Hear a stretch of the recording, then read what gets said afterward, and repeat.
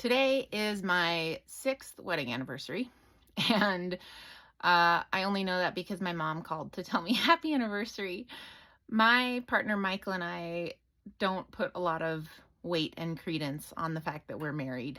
And I'm going to share why, because it's tied to why I was in prison and how I needed to figure out my own path of creating my own version of justice for myself.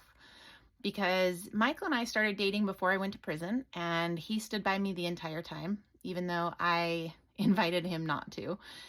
And when I was released, it was clear that the next step in my life was to move to Connecticut to reunite with my child. Um, the first thing I had to do was get my parole transferred. And I knew nothing about what it was going to take to get my parole transferred. So a few weeks after I was released, I submitted a transfer request. I had talked to my parole officer, explained what I wanted to do, and he said, okay, here's the form. And it was quickly denied. And I was defeated, but I learned that what the parole folks wanted from me was they needed proof that I was serious. My cute essay about how I promised I was going to be good and I promised I'd find a job and all of that didn't mean anything. They needed to actually see things. So every time that I applied to have my parole transferred and denied, it was kind of like getting a little clue and one more little bit of the puzzle to understand what the full picture was of what they needed so that I could move. So at one point I sent thousands of dollars to a place because it was a short-term rental on Airbnb, like a 3-month rental. And then I applied for my parole to be transferred again, and they denied it. And so then I had to beg for my money back.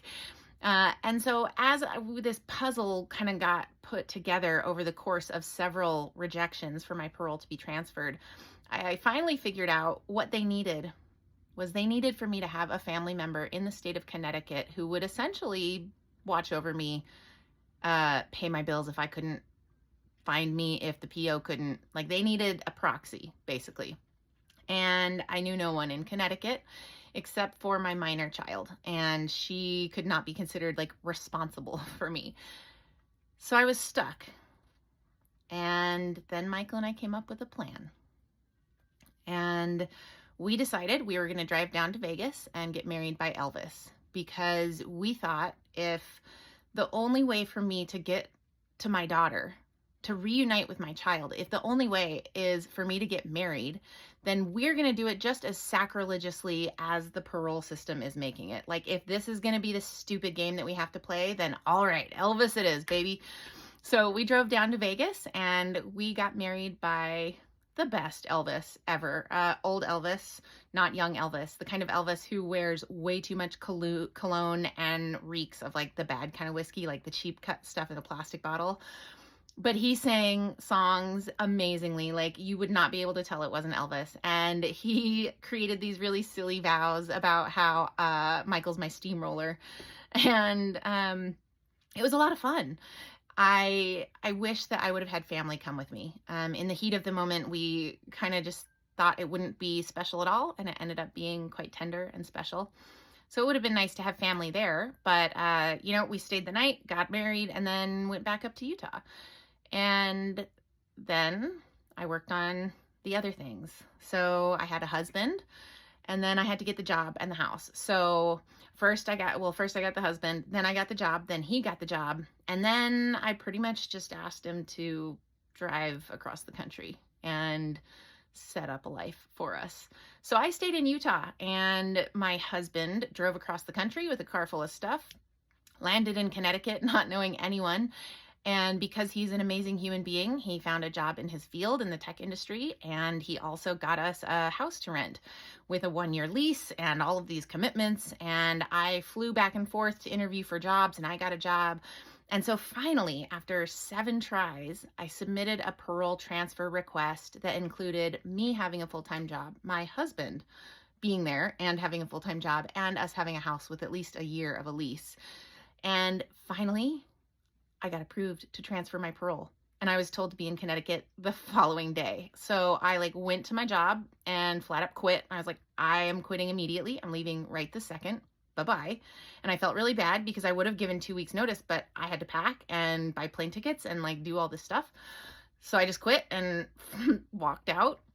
And I called my mom and I was like, hey, Mom, I got to go to Connecticut tomorrow. Oh my gosh. And so then my mom helped me.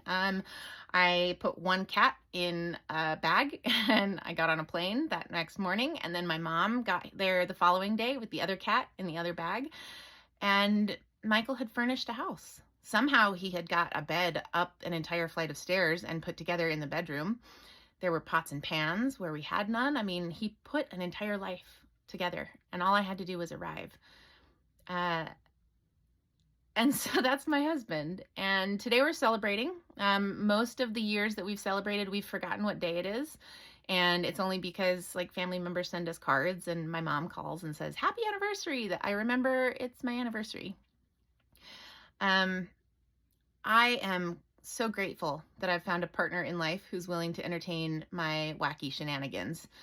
I've lived in Connecticut now for 5.5 years, and tonight I'm going to go work at the restaurant, and my husband is going to take care of our little boy. So I don't think we're really celebrating or anything, which is fine because we don't need to. We celebrate each other all the time. And we don't put a lot of stock in the fact that we are married and that we have like an anniversary marriage date. The date that matters more to us is January 9th, the date that we met. But either way, I just wanted to share that sometimes we create meaning in defiance of oppression. Sometimes we create meaning when it's silly and irreverent. And sometimes we create meaning just by being ourselves and just by being committed to reaching our goals despite the oppressive infrastructure in our way. And so I hope that this is a great anecdote to remember for when you feel discouraged, or if you don't feel seen, or if you feel like our government is doing horrible, awful, no good, very bad things, and you feel helpless. You existing, you loving yourself, you loving the people that you love, you being unapologetically you is defiance of oppression. And you working the system to use it against them is defiance.